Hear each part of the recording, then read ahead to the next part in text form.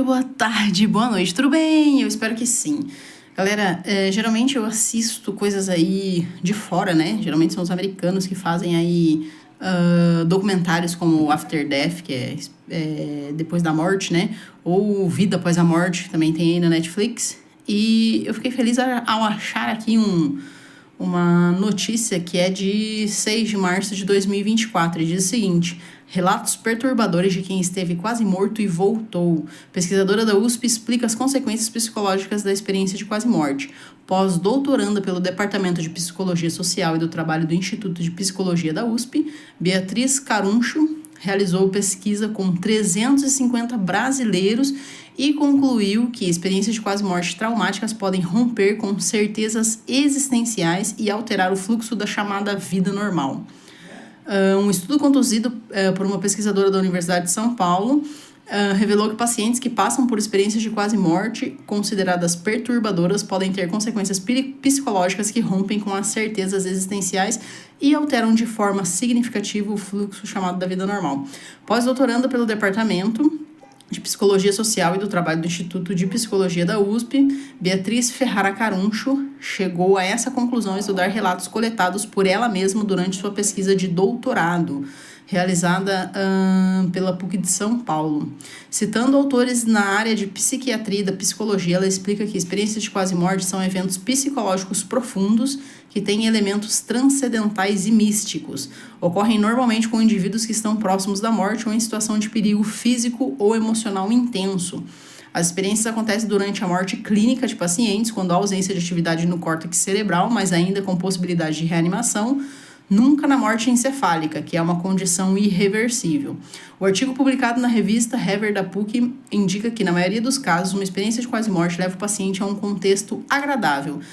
Se eu não me engano, 77% das pessoas têm aí uma boa experiência, né?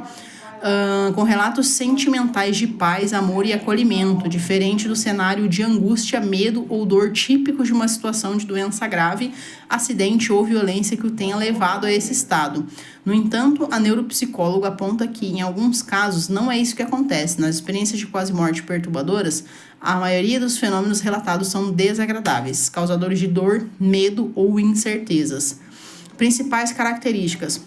Beatriz explica que as experiências de quase morte, em geral, costumam apresentar algumas das seguintes características. Experiência fora do corpo, porque nem todo mundo é igual, né? Então, os itens que ela colocou ali, alguns têm alguns pontos delas ali, né?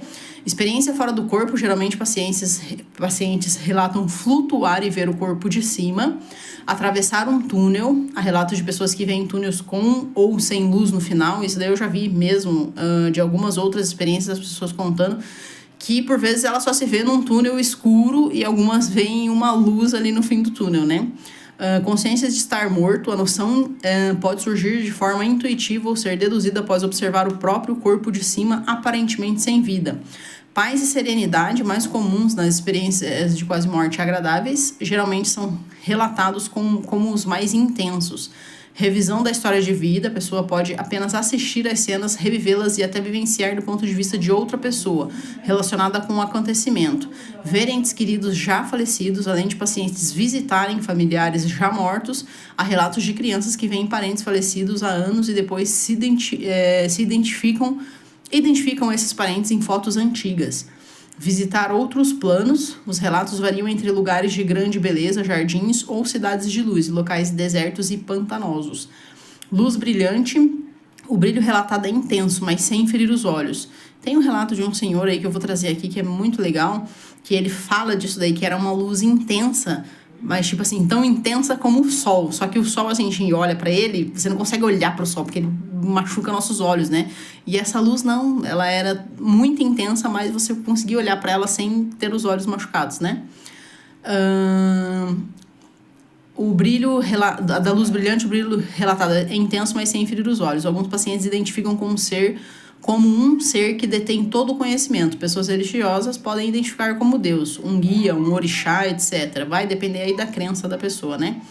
Beatriz realizou o estudo com 350 pessoas no Brasil e observou que o fenômeno afetou 14% dos pacientes. Em geral, 51% dos pacientes que correram risco de morte. Ela indica que as condições que desestabilizaram o paciente podem surgir do tipo de elemento predominante na experiência de quase morte. Pacientes intoxicados, alcoolizados, com overdose de drogas ou mesmo sob efeitos de medicamentos com efeitos sobre o nível de consciência podem apresentar uma experiência de quase morte com aspectos bizarros e confusos, enquanto pacientes que têm experiência de quase morte após parada cardiorrespiratória apresentam caracteristicamente experiências fora do corpo.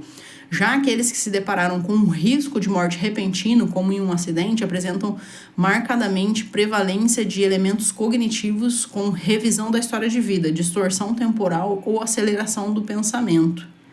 Muito legal, hein? Aqui ela tem o relato de um engenheiro de 42 anos, católico, que se afogou. Após a experiência, ele desenvolveu transtorno de estresse pós-traumático e distúrbios de sono. Ele disse: acho que fui pro inferno, nada nunca mais foi igual. Faz 3 anos que eu me afoguei, fui para um lugar horrível, era escuro e sujo, pessoas gritando e chorando. Isso daqui a gente imagina que seja um umbral, né? Que é o que se diz aí no espiritismo, né? Tinha um homem que ria enquanto levava muitas pessoas presas numa corrente. Ele me viu e disse que logo iria me levar. Para ele não deve ter sido muito legal, né? Não gosto de contar isso porque acham que sou louco ou então acham que eu sou uma pessoa má. Isso aqui é complicado. Acho que talvez muitas pessoas nem contem essa experiência por conta disso, né? Porque todo mundo vai achar, você tá pirado. Tipo, foi algum remédio que você tomou. Tipo, eles sempre falam alguma coisa. Só que a gente tem milhares de pessoas relatando esses tipos de experiência, né? Ele falou que não gosta de contar isso, né? Porque eles acham que ele é uma pessoa má por ter ido para esse lugar. Eu acho que fui para o inferno. Nada mais foi igual. Não tem uma noite que eu durmo bem e não tenho pesadelo com isso. Então, toda noite ele tem pesadelo e ele não dorme bem por conta disso. Sinto falta de ar, me sinto vigiado pelo mal e quando penso nisso, tenho medo e muita vergonha. Não sou uma pessoa ruim. Espero que tudo se ajeite e espero ser bom e também ser mais próximo de Deus. Segundo Beatriz, esse é o tipo 3 de experiência de quase morte perturbadora, né? Que são aquelas que, na maioria dos fenômenos relatados, são desagradáveis, causam dor, medo e incertezas. Dor que ela fala, não dor física, dor emocional, né? Vivi uma experiência em um local pantanoso e trevoso. Descreveu um biomédico de 26 anos que também teve uma experiência de quase morte do 3º tipo ocorrida após uma hemorragia de pulmão. Isso foi bem pesado também, né? Sabemos que não estamos ali em matéria. O relato de um comerciante de 32 anos que sofreu um acidente de motocicleta e teve sequelas físicas. Foi surreal, uma realidade totalmente diferente da de costume. É algo que nos envolve de uma maneira que sabemos que não estamos ali em matéria, mas nossa consciência é atraída por esse ambiente. Foi mega surreal. Esse é o 2º tipo de experiência de quase morte perturbadora, que costuma aparecer como um tipo de experiência paradoxal em que o paciente se defronta com um vazio e tem dificuldades para lidar com isso, pois coloca o ser humano em contato com a possibilidade de deixar de existir. O sujeito sente que espera passivamente por algo que não sabe ao certo o que é ou se realmente virá. Uma médica de 68 anos relatou na sua experiência de quase morte que teve após um choque anafilático durante um exame de contraste. Ela disse que despencou em queda livre até bater com muita força. O primeiro evento foi uma revisão crítica da vida até aquele momento. Em seguida, entrei muito amedrontada numa espécie de buraco escuro e estreito até chegar a uma luz no fim do túnel. Saí num local de paz luminoso, infinito, com uma música que eu nunca tinha ouvido antes, cheiros suaves e vozes muito doces e acolhedoras. Antes de ver qualquer pessoa, despenquei em queda livre em uma posição até bater com muita força no interior do corpo, entrando pela região do chakra cardíaco. Demorei a conseguir mover o corpo. Os registros médicos dizem que fiquei imóvel por cerca de 10 minutos. Esse é o primeiro tipo de experiência de quase morte perturbadora, que são semelhantes às agradáveis, mas são entendidos pelo paciente como algo assustador ou desconfortável. Vi meu corpo caído no chão do hospital. Também do tipo 1, o relato a seguir foi dado por uma funcionária pública federal de 56 anos, que passou por uma experiência de quase morte após complicações decorrentes de um aborto, tranquilidade, campo cheio de flores tipo margaridas e ao mesmo tempo em que vi meu corpo caído no chão do hospital. Não conseguia me mexer, era puxada para o túnel. Abaixo, uma médica psiquiatra de 42 anos que também teve uma experiência de quase morte da tipo 1. O legal aqui é que ela colocou como tipo 1, 2 e 3 das perturbadoras e tipo 1, 2 e 3 das que são mais tranquilas, né? Essa daqui foi ocasionada por um traumatismo craniano. Ela disse que teve a sensação de entrar em um túnel em alta velocidade com luzes coloridas e sensação de morte iminente, paralisia. Não conseguia me mexer, eu era puxada para dentro do túnel de luzes. Eles sempre contam isso daí, né? Que tipo assim, quando eles caem, eles têm a consciência de que eles morreram, né? Tipo, só tá a sua consciência ali, é só seu pensamento que tá ali, né?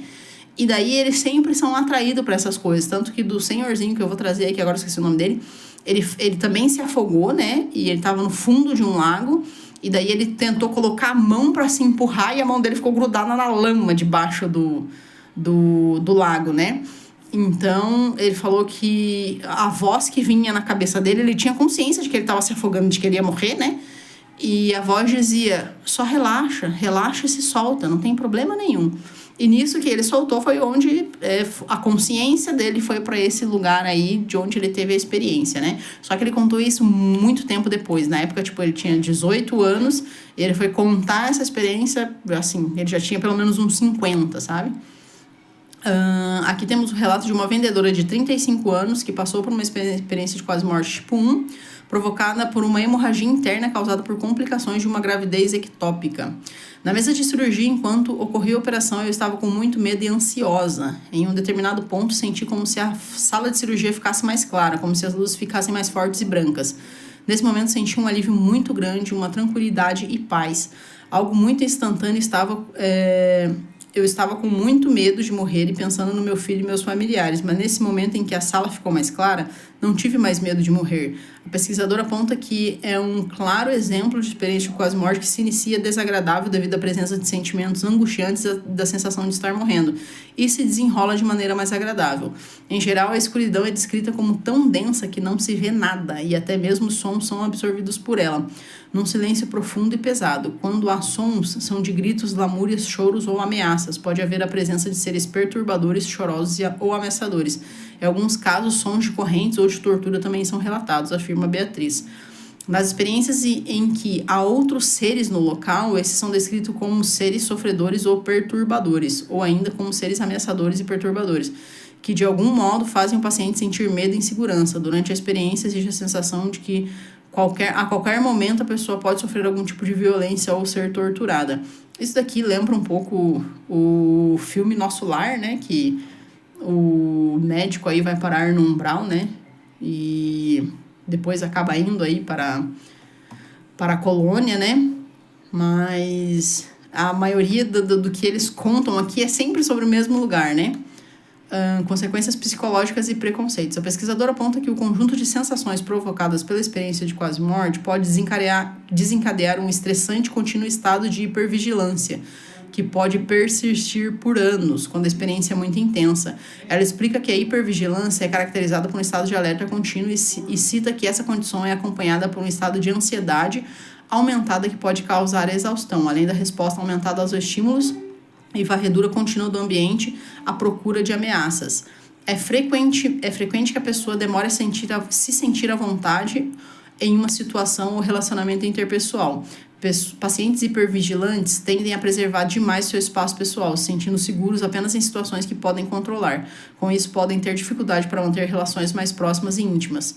Os pacientes que passaram por experiências de quase morte perturbadoras, completa Beatriz, também podem ter transtornos secundários, como distúrbios de sono, transtorno de estresse pós-traumático e depressão. Uma das consequências negativas para o mundo acadêmico, de acordo com a pesquisadora, é que esses reflexos levam as pessoas a não relatarem suas experiências. Esse que é o problema. Tanto que a maioria dos que a gente vê, a maioria dos que eu vi, são de fora, né? E as pessoas dizem que elas não falam porque todo mundo vai dizer que eu sou louco. Tipo, como que eu vou contar isso? Como eu vou contar isso pra alguém e alguém vai acreditar no que eu tô falando, né? Faz com que esse tipo de experiência seja subnotificada, além de dificultar estudos que poderiam apontar diretrizes clínicas para aliviar os efeitos nefastos que esse tipo de experiência traz.